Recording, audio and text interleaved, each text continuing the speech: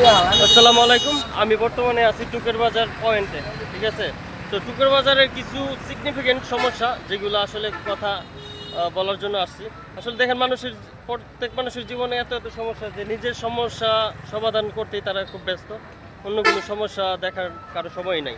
এই যে দেখেন, এটা হচ্ছে টুকের বাজারের পয়েন্ট, অটো স্ট্যান্ড।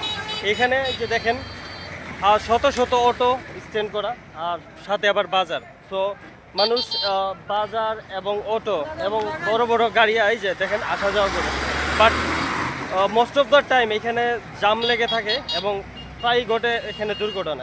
এই বাজার দিয়ে শত শত মানুষ আসা যাওয়া করে, যেখানে এইখানে হয়তো একটা ওভারব্রিজ হইলে ভালো হইতো, বা এই যে অটোগুলা অন্য একটা জায়গায় স্থানান্তর করলে হয়তো ভালো হইতো। যখন যার প্রয়োজন, যে সিরিয়াল আসে, শুধু একটা দুইটা অটো থাকলে হয়তো ভালো হইতো, ঠিক আছে। আর স্পেশালি এখানে যে দেখেন রাস্তার মধ্যে কোনো স্পিড ব্রেকার নাই, ঠিক আছে, যার কারণে গাড়িগুলো যে ট্রাক বাস যেগুলো আসে খুব স্পিডে আসে, যার ফলে প্রায় সময় এখানে দুর্ঘটনা ঘটছে এবং ঘটে। কিছুদিন আগে একটা বাচ্চাও মারা গেছে।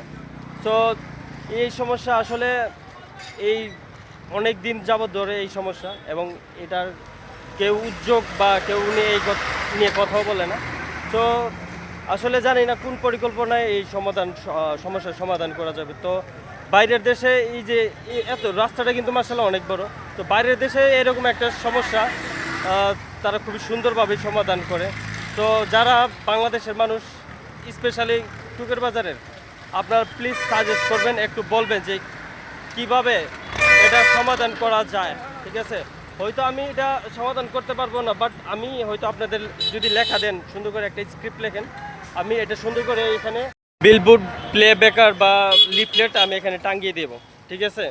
তো আশা করি যারা কোম্পানিগঞ্জের মানুষ আছেন এই ভিডিওটা শেয়ার করবেন, যেন এই ভিডিওটার মাধ্যমে এই কোম্পানিগঞ্জ টুকের বাজারের সমস্যাটা সমাধান হয়।